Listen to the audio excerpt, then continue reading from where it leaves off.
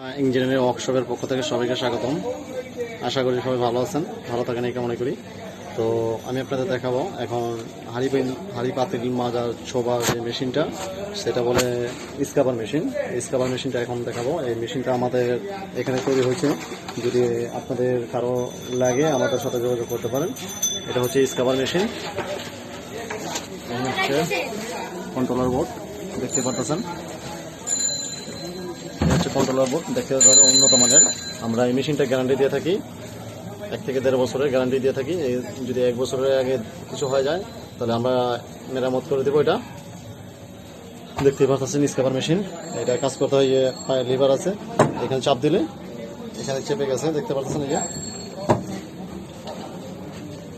এখানে শুধু scrubber machine নয়, এখানে আছে কলমের মেশিন, এলইডির মেশিন দেখতে পাচ্ছেন। যদি আপনাদের কারো লাগে আপনারা যোগাযোগ করতে পারেন।